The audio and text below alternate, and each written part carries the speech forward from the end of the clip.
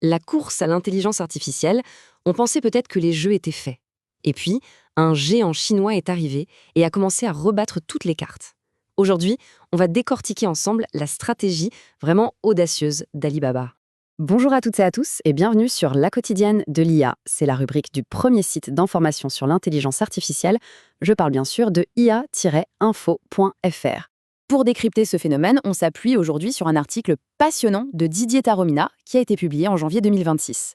Et dans ce papier, il pose une question fondamentale. Voilà la question qui agite tout le secteur.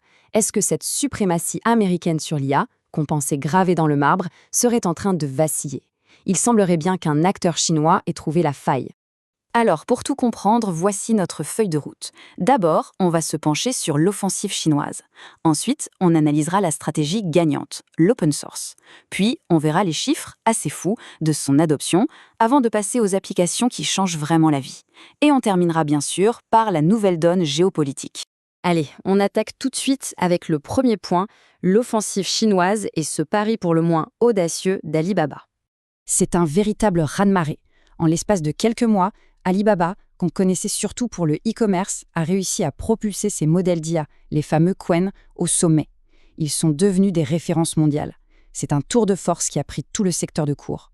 Mais alors comment est-ce possible ? Comment expliquer une ascension aussi fulgurante ?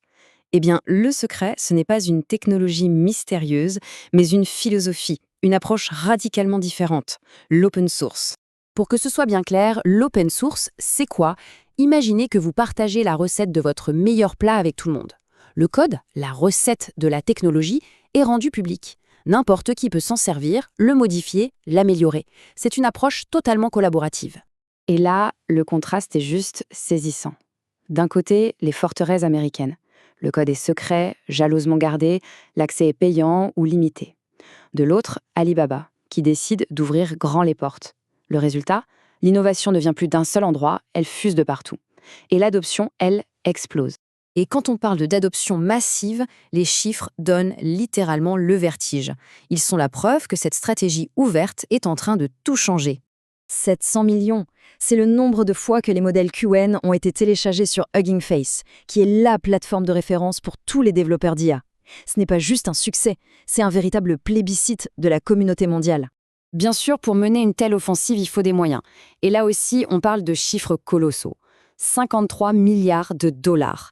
C'est l'investissement annoncé par Alibaba pour pouvoir rivaliser les yeux dans les yeux avec les mastodontes américains. Et sur le terrain, l'effet est immédiat. 30 millions d'utilisateurs pour l'application Quenin en Chine. Le plus fou, c'est que ça s'est fait en seulement 23 jours. Un démarrage absolument foudroyant. Ce graphique illustre d'ailleurs parfaitement cette domination. Sur le marché chinois, Qwen ne se contente pas de battre son concurrent direct, OpenChat, il l'écrase littéralement. Il n'y a pas de match. La dynamique est clairement en faveur d'Alibaba. Et le point crucial, c'est que cette vague n'est pas seulement chinoise, elle est mondiale. Grâce à l'open source, plus de 180 000 versions personnalisées ont été créées aux 4 coins du globe, dans 119 langues différentes.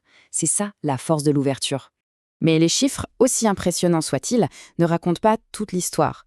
Derrière ces millions et ces milliards, il y a des applications concrètes, des technologies qui ont un impact bien réel sur la vie des gens. Prenez la santé, par exemple. Une technologie appelée Non-Contrast CT permet de dépister des maladies cardiaques sans avoir à injecter de produits de contraste. C'est moins invasif, c'est plus accessible, et le résultat, c'est que plus de 50 millions d'examens ont déjà été réalisés comme ça en Chine. Ou encore dans l'éducation. Le programme Starlight AI est une initiative assez remarquable qui génère des livres audio sur mesure pour les enfants autistes. Plus de 20 000 jeunes sont déjà accompagnés de cette façon, ce qui offre un soutien précieux là où les ressources manquent souvent. Et même face à l'urgence climatique, l'IA d'Alibaba a des solutions à proposer. Le modèle Bag1 Seasonal, par exemple, peut faire des prévisions météo jusqu'à 1 an à l'avance. C'est une aide absolument décisive pour les agriculteurs et pour la gestion de l'eau. Évidemment, une telle révolution technologique a forcément des conséquences. Elle redessine complètement la carte mondiale du pouvoir et change la donne géopolitique. Et au milieu de ce duel sino-américain, il y a l'Europe. Et l'Europe se retrouve face à un choix cornélien. D'un côté, les solutions américaines, stables, matures, mais avec de vraies inquiétudes sur la souveraineté de nos données. De l'autre, les technologies chinoises, très performantes, attractives, mais qui soulèvent des questions de sécurité. C'est le grand dilemme stratégique du continent. Cette phrase tirée de l'article résume tout. Le succès d'Alibaba est la preuve éclatante que, non, la domination américaine n'est pas une fatalité. Un autre modèle est possible, et il est en train d'émerger, sous nos yeux. Ce qui nous laisse avec cette question, une question fondamentale pour l'avenir, et si le partage, si l'ouverture, était finalement devenue la nouvelle clé du pouvoir à l'ère du numérique? Pour approfondir ce sujet et bien d'autres, n'hésitez pas à retrouver toute l'actualité autour de l'intelligence artificielle sur le portail ia-info.fr.